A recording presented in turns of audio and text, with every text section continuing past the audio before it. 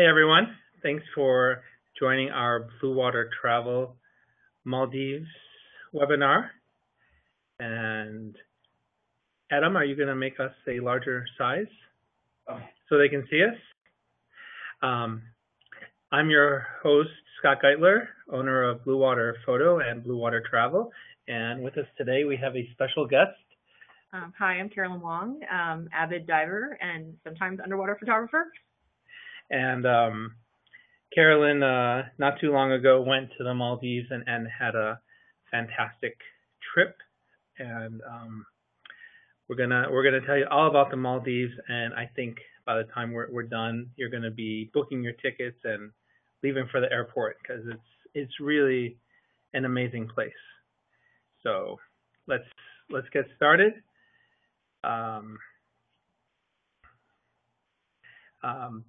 Briefly, let me just go over some of the other upcoming webinars we have. Today's the Maldives. Next week, I'll be talking about Fakarava, French Polynesia, best warm water shark diving in the world.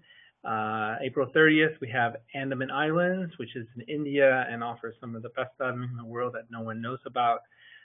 Fiji will be on May 13th, and Raja Ampat, on everyone's bucket list, will be on May 27th. So if you go to bluewater.travel.com, you can sign up for any of those webinars, and we'll be adding a lot more. So quick introduction to the Bluewater family. This is put on by Bluewater Travel, which is hopefully your favorite place for booking your dream dive vacations. And Bluewater Photo is where you can get all your underwater photo and video equipment. And the Underwater Photography Guide is the world's first comprehensive website for free underwater photography tutorials. So check them out, and let's get started. Today, we're going to talk about the Maldives. We're going to talk about why you want to visit there, an overview of the Maldives, when to go, what you're going to see there, and we're going to give an in-depth presentation on one of our favorite Maldives liveaboards called the Carpe Vita Explorer. And we're also going to talk a little bit about some specials and a trip we have going on in October. And then we're going to have a Q&A session. So anyone who is listening in and who has any questions can type them in the chat box, and we will do our best to answer them. Yes.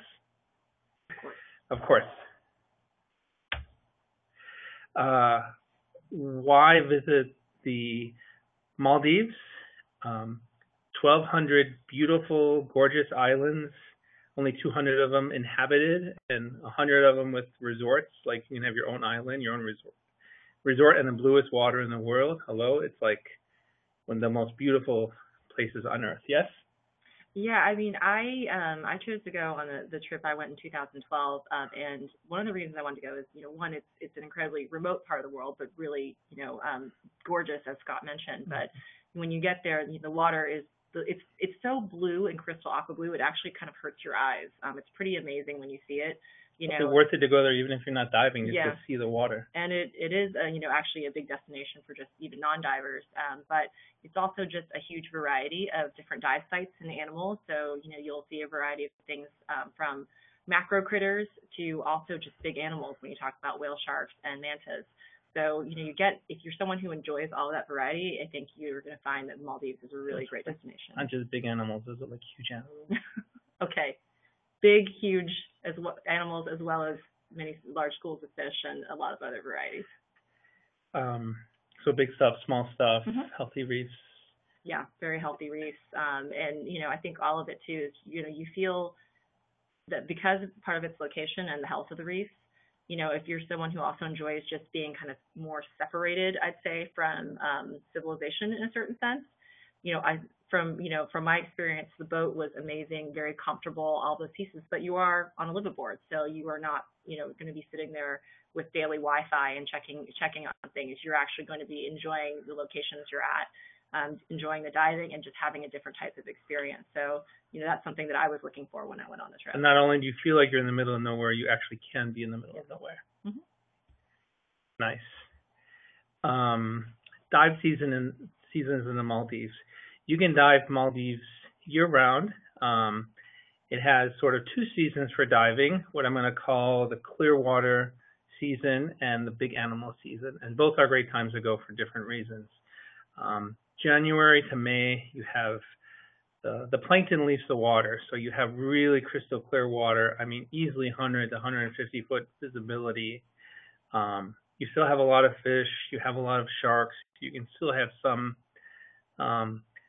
mantas or whale sharks, but in general, you have less of them because there's less plankton. But some of the best visibility in the world, sunny skies, awesome weather. It's a very, very popular time to go. However, for a diver and a photographer, a lot of people choose to go in June to November, and especially I'd say July, August, September, October, November.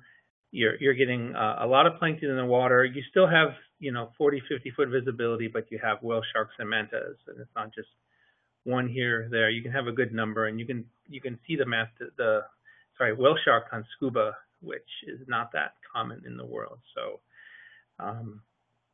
So December can get a little rainy, a little windy, and that's maybe not the best time to go for diving.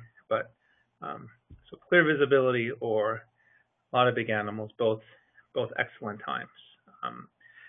Most of our audience wants to see the whale sharks, wants to see the mantas, and so we're running a trip there at the end of this October that I hope some of you can join. And the water is warm all year round, very warm, like 82, 83, 84. Like you're not going to be cold at all. What was the water temp for you? It was actually, I think at the coldest it was 80, and then the warmest it was 84. I went in May. I think most people wore either just rash guards and shorts or basically just a dive skin or 1 mil just for coverage. But you really only wanted it for coverage because the air temp was so hot when you came up. This is the only trip I've ever been on where I never got cold at all. So warm water, warm air temperature. If you get cold easy, if your spouse gets cold easy, this is the place for you to go. So big animals, small animals, warm water, good viz. It sounds very idyllic. Where are the Maldives? They're in the middle of the Indian Ocean, literally in the middle of nowhere. South of India. You can see here on the map that's on the screen that there's really not much else around them. I think the nearest landmass is Sri Lanka to the north and the southern tip of India. So you're pretty isolated. Getting there, it's actually not as hard to get there as you'd think. From Europe, it's pretty easy. You just fly through. You can fly through the Middle East through Doha, Qatar, and then get there in about 4.5 hours.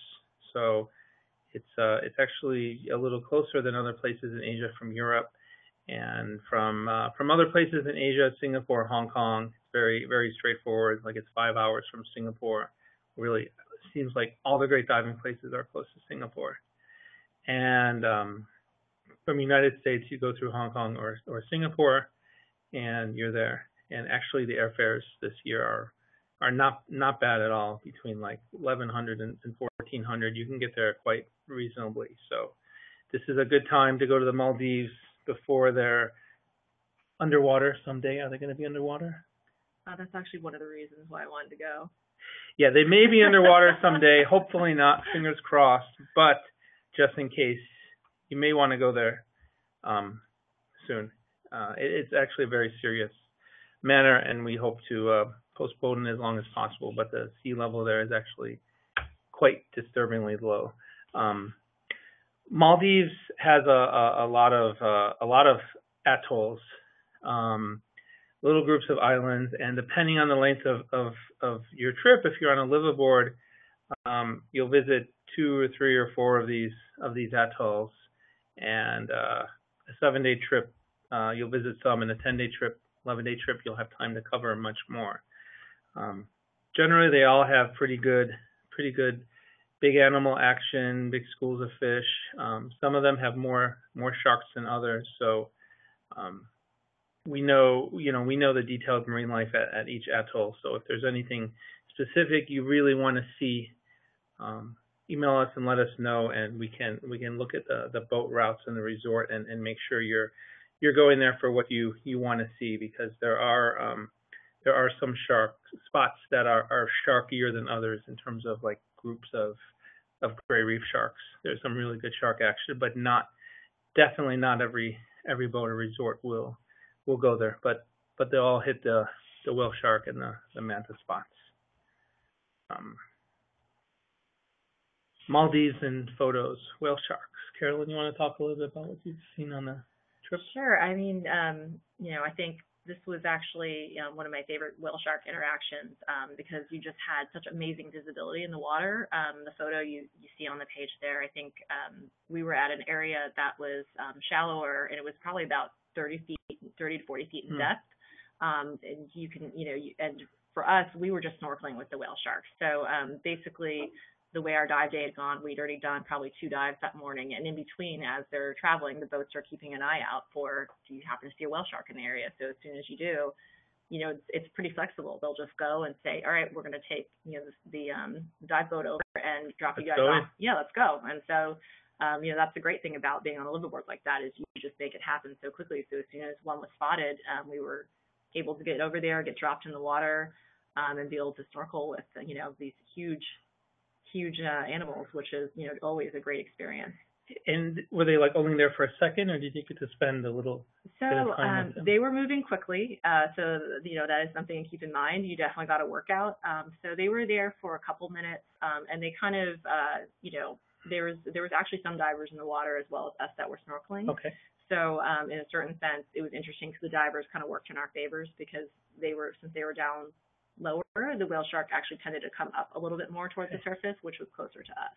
Sounds like it may help to have free diving fins too. Yes, I did not, and I will admit, I think the free diving fins would have given me a total edge. I think the dive master actually that was with our group was amazing, because he went the extra mile, saw that I'd already gone and kind of swam as hard as I could, gotten ahead of the whale shark and dropped down. I did that 2 or 3 times, but it was moving so quickly that you exhaust yourself pretty fast. And he really was like, I want you to get the shots you want. And he literally helped tow me ahead of the whale shark and drop me off for 3 or 4 extra photo sessions with the whale shark. That's a pretty good DM. Yeah, he was pretty amazing. I'll bet you got a tip. Yes.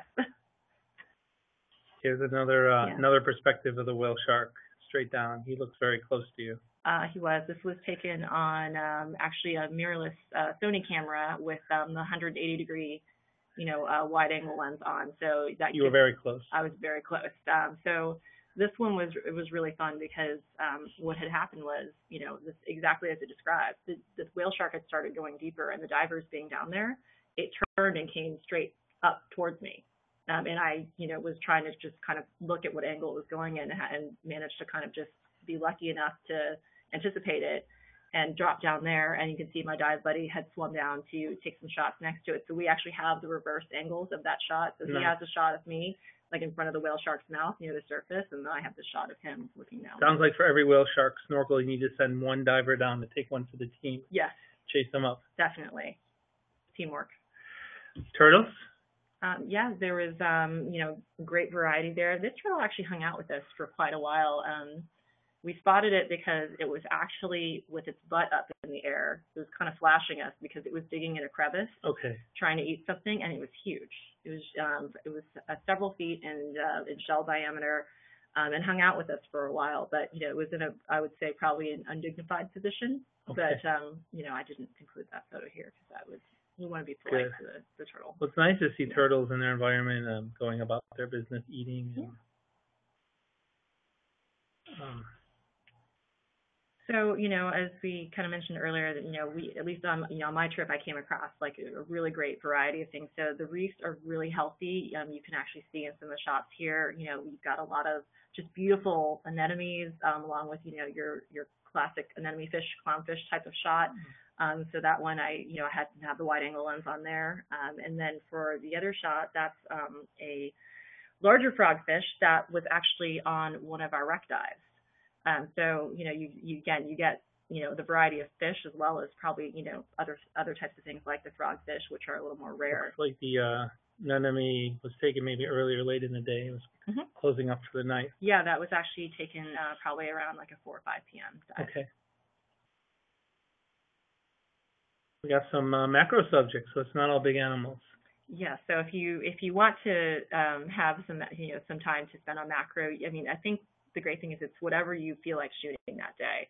So any dive site that we were on, short of the whale shark snorkel, which I would not recommend the macro lens for, but on any of the reef dives, if you wanted to focus on macro, you would absolutely be able to find subjects. So the whale sharks sometimes have little fish on them that you can shoot too. with the macro lens. Yeah, you'd be swimming fast with that one though.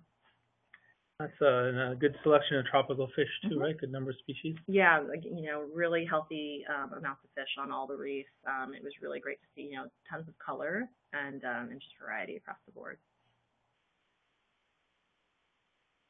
And some wrecks. Yeah, this was the wreck that the frogfish was a resident on, and as you can see here, the wreck's really become an awesome artificial reef. Frogfish love those wrecks, so they can wait and camouflage and surprise a fish.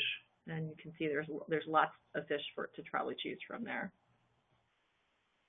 Mantas. Very much well known for mantas in Maldives. Yeah, and even though we went, my trip was in May, so we were kind of on that edge of right before you. You were still really in the clear, the coo, so you actually shouldn't have seen that many mantas or whale sharks. Yeah, but we actually we were lucky on our trip. We definitely had a couple of encounters with mantas, and it went in a similar way as the whale sharks. So the boat, while you are diving, the captains will be looking for, are they spotting, some activity which could be either whale shark or mantas. And so we had a few times where we just kind of up for dive, and immediately they took us right over, and we were snorkeling with mantas right after that. On our October trip, fingers crossed, we're hoping for lots of whale sharks and lots of mantas, which people often see at that time of the year. I would definitely recommend being at least a dive skin or a 1 mil though, if you're going to be doing that, because of all the plankton in the water. There was definitely something. A little bit of stinging. Yeah.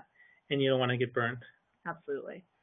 So hear that, people, wear something. Don't go naked or almost naked diving, because you'll get little stings and it won't be pleasant. Yeah. Well, you certainly can do it, but you've been warned by us. You've been warned. Another great whale shark scene. It's just great to be able to see a whale shark while you're on scuba and have it swim by. It's really quite an amazing experience, and it's very addicting. Once I've swam with whale sharks a few times, and you don't get tired of it. It's something that you want to just keep doing over and over again. They're really amazing animals, and they're gentle giants, and obviously they do not have any will to attack or hurt any divers. And sharks, like I said, some of the atolls are well known for sharks. They have white tips, they have black tips, they have some big schools of gray reefs. Do you have any shark experience? Yeah, on several of the dives we were on, the white tips, we didn't see any gray sharks on our trip, but we saw a lot of white tips. So you'd often, if you just looked under any of the table corals and other things, you could often find them resting under there and get some really cool shots of them. The other thing, too, I'd really recommend is there was a lot of juvenile white tips around some of the atolls, and we did a night dive, which you absolutely should do on this trip. So what our boat did is they took us to the site and they had us dive it as our late afternoon dive. So we already knew the site. Yep. And then we did it again as a night dive, so you didn't have to worry about the navigation or anything else. And the behavior was completely different. So, even between, 1 hour difference between those times, all of a sudden the white tip juvenile sharks, which tended to keep at least a 10 to 15 foot distance from you, they did not care about your presence at all in the night dive. They were 100% hunting, actively hunting. You would actually see free swimming eels that were coming out, poking into all the crevices and holes, trying to find the sleeping fish. And then you were also seeing the juvenile. Your dive late, no doubt helping them. Yes, that may have happened on occasion. But and then you'd also see the juvenile white tips coming in and sometimes interacting with the moray eels, because they were just basically hunting for the same thing. Yeah, but it was completely different, because during the day they were obviously very skittish and more cautious of you, but at night they were just right on top of whatever. They pretty much ignored your presence to Right. go on the hunt. To do what they Yeah. want to do. Maldives also has some large rays, some large marbled rays that sometimes are skittish, but sometimes if you sort of stalk them, you can get a slow, close approach, and they're really cool animals to see. They also have some zebra sharks there, also known as leopard sharks, that hang out on the ground, and those are nice to see too. There's like I said, you saw a good amount of macro life, right? Mm-hmm. Yeah, there was macro, and there was also good opportunities for, fish portraits. One of the other things that we saw was actually we did see a blue ring octopus, the first one I've ever seen. Probably had your wide angle lens on for that. I unfortunately did have my wide angle lens on, but a good reason to have two setups. Yeah, and a dive Sherpa. But I still want, at least got the photo showing that I saw it there. But I think that you can be prepared for anything though. Yeah, and some coral shrimp, wire coral shrimp. A good amount of fish. I've seen a lot of photos of snappers from the Maldives. Carpe Vita Explorer, how was it? It was an amazing boat. We went on as a group of, I believe, 12 or 14 of us went on our trip, and there was still a few other guests that had come on, as kind of pairs. But I was really shocked at how, I wasn't quite sure. You always look at pictures online, but you're never really sure once you get there how it's going to be. But it by far, it exceeded my expectations. The cabins were, you didn't feel like you were on a boat, cabin room. Right. You felt like you were just in a room, which was pretty shocking. All the cabins are usually set up, I think, as two-person cabins. You had a full private bath within each cabin. I mean, look at that photo. It's beautiful. Yeah. That view from the cabin, those windows, it's just great. Yeah, it was super comfortable. You had, all of the creature comforts of AC, outlets, all of that. But, usually I think on a lot of liveaboards, the room is just where you sleep, and you don't really want to spend any time there. This boat, you could very comfortably just hang out in your room if you wanted to and have some quiet time if you needed to. But the boat itself was so large, if you didn't want to see any of the other passengers and just like find a quiet corner to read in, you could 100% to avoid someone, you could. Just trying to say it a different way. Is this the bathroom? It's quite large. I think this is one of the upper cabins. Where were you on the boat? I was in one of the standard cabins. Was yours room similar to this? The bathroom was smaller than that, but okay. But the room on the prior slide, it was similar to that. I do know that they have different cabin levels, and the ones at the top are the most luxurious. Yeah, cost a little more, but I think it's worth it. But even the standard cabins are on, were extremely comfortable. On all of us, every single person that came on were, really pleasantly surprised by. Yeah, my understanding is that Carpe Vita has some of the biggest cabins of any liveaboard ever, and that dining area looks nice. It's huge.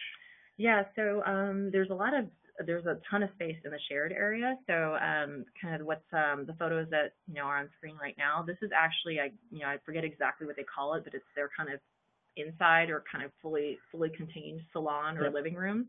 So there's at least when I was there was a TV set up, so big movie library. You could also plug in your own movies if you needed to get out of the sun or the rain. If you need to. And you can totally hang out there. And there was they always had food and snacks set out in that area too. And then for outside, they have a whole other bar and restaurant or kind of dining area that had enough space for everyone to be sitting outside. As well. You can have most of your meals outside and just looking out in the beauty. That was where pretty much all of our meals were. If you wanted to really eat inside, you could, but everyone really liked being outside. How was the food? It was great. Really, really great food. Especially when you're on liveaboard, I'm always impressed by what the liveaboard chefs can do, knowing that they have to be traveling for 7 full days to plan out the variety of meals. Like every meal had just tons of variety, really high quality foods, and then also, everything felt really fresh. which is always, I think the challenge on boats, after a couple Yeah, of days. after 7 days. Yeah. So, super fresh. And the staff, really went out of their way to make sure you were comfortable and, anything that you might want, they would try to make happen for you. So a good staff to guest ratio? Yes, very, very good. You felt very taken care of. How were the drinks? You get different drinks Mm-hmm. at the bar? You could, you could do beer and wine. They also had hard alcohol options. So I think, on our trip at least, some people chose to kind of buy out a bottle up front. Okay. And just have it be their bottle for the whole trip. And then, other people, you would kind of just do it as you went, and then you can just settle it all at the end. If you don't buy it out, you risk maybe it running out, because you can only have so much stuff on the liveaboard. Mm-hmm. Dive deck was comfortable? Yeah, so all of the diving is done off of completely a separate, smaller boat, actually. So once you get on to the main liveaboard, you transfer all of your dive gear over to the dive boat, and it stays there the whole time. So, they do all the fills on that boat. You leave your wetsuit on that boat. Your gear is just set up the entire time. That's great, because you don't have to listen to the noisy compressor as much. Exactly. And the other great thing, too, is, what they would do sometimes is they would actually drive the boat away if they needed to do a lot of fills or other things. And then also it just made for, just when you think about your dive day, you wake up in the morning and basically, you'd wake up, they'd set up a schedule where you had a brief. It's ready. You can just walk on the boat and go. Yeah, you pretty much did. You just woke up and just walk on the boat, put on your gear, and then fall off the back deck, and you're already in the water doing your dive. It doesn't get more effortless than that. We do have a 7-day trip from October 18th to 25th on this boat. One of the reasons I took this charter was because we got an amazing deal on it. Normally you'd pay much more for this boat for this trip, but it starts at $23.20 for a 7-night voyage, up to 4 dives a day. And one of my good friends, Joanne O'Shea, an extremely good photographer, great teacher, is running this trip, running a photo workshop. She just ran a Solomon Islands trip for us and a Truck Lagoon trip. The guest feedback on her and her teaching has been very, very positive. She's done a book on the Solomon Islands. Her photography is fantastic, and if you want to go on the trip and you want to learn photography, she's a great resource and very helpful, and we'll be there to work with people all week. So if you're interested in going to the Maldives, if you want to go on a photo workshop in October, this is the prime time for whale sharks and mantas. Prime time. If you want to go to the Maldives any other time, at any boat, any resort, we have like 20 partners there, and we're offering a special $100 off the best possible rate of any trip, anywhere, anytime. If you book it in the next 60 days, $100 off the best available prices. That includes any kind of specials, any last minute special, any kind of deal that anyone is offering, we're able to offer. And we can, we have a lot of partners that are some more budget, some very high end, some resorts. So we can help direct you to what may be the best for your needs. So please feel free to contact us at info@bluewaterdivetravel.com or visit our website, bluewaterdivetravel.com. We appreciate you coming, and in a few seconds, we're going to start the Q&A session. So if anyone has any questions, you can go ahead and type it into the chat box. I think Adam's going to just read the questions out loud to me and Carolyn, and we can answer them. Okay. Adam, do you want to get started with that? Yep. I have first one from Sasha. What type of diving is it usually? Is it drift, wall, wreck, etc.? I mean, I experienced it's a pretty big variety. So, we didn't have as many drift dives based on the areas that my particular trip went to, but most of it was reef dives, and then some of them were almost more, since it being an atoll, some of them were what I would consider like a plateau across the top, and then you could circumnavigate around the whole area around it. So it was a really good variety. So I will add in that the currents can pick up a little bit around the new moon and the full moon which can bring out more life and more sharks. So if you sort of like that high current action, we can time your trip more around the moon cycle. And if you don't want that, we can also time it around that. But the moon cycle definitely affects the currents in the Maldives to a good amount. Okay. One from Lisa. Would you recommend nitrox? What were the average dive depths? Nitrox, always nitrox. Yeah. Nitrox wherever possible, of course, but actually in the Maldives they have a limit of 100 feet based on how deep they can take any of the divers. Yep. So they'll always keep the dives above that level, but I didn't feel held back by it at all. I mean, we were seeing plenty of life above that range, and the viz is so clear that it felt like you were seeing for well over 100 feet. And 50 to 100 feet depth is a perfect depth for nitrox. So. Mm-hmm. And the boats, I think pretty much all the boats offer it. Okay. I have Kelly asking, would you recommend a wide-angle lens, macro, or both? Dive Sherpa.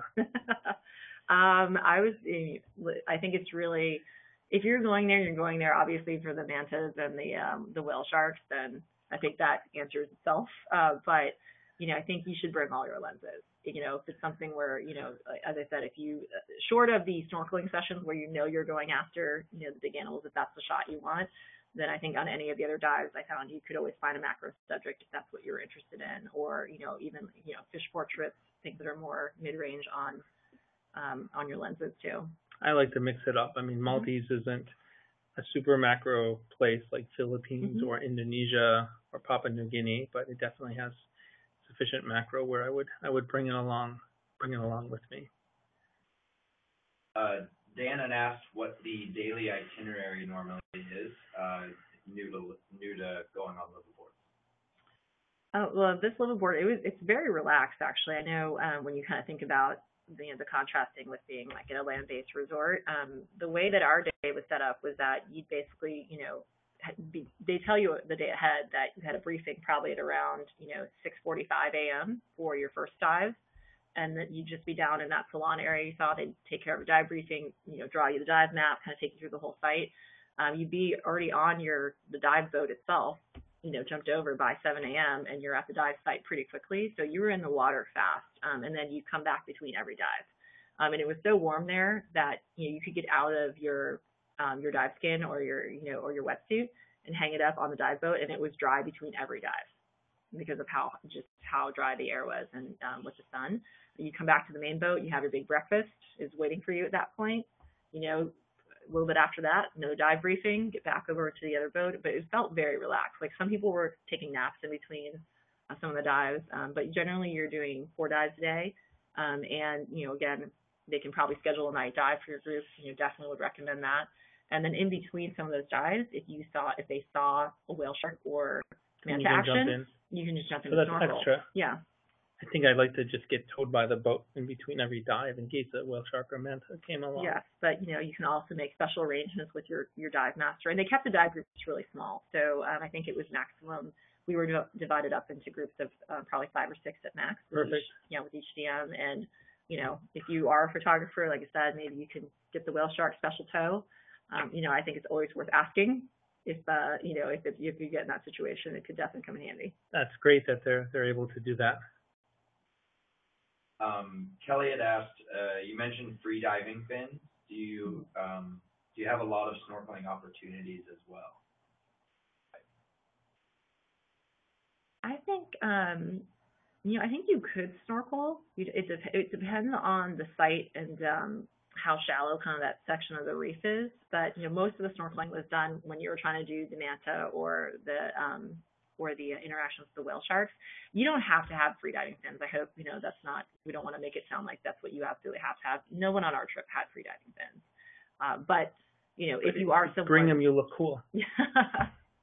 Yeah, if they fit in your bag, they're big. Yeah. They're freaking huge. Yeah, that's why I said if it fits in your dive luggage and you already have them, there's no reason not to bring them. Okay. I have one from Jason. If you had to pick what month or months to go, what would you choose? January to November.